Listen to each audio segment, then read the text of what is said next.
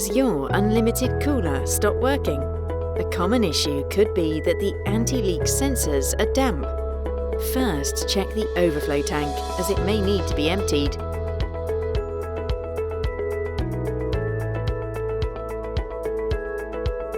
Before you put the overflow tank back into the machine, ensure you wipe both the top of the tank and where the anti-leak sensor is at the base of the machine.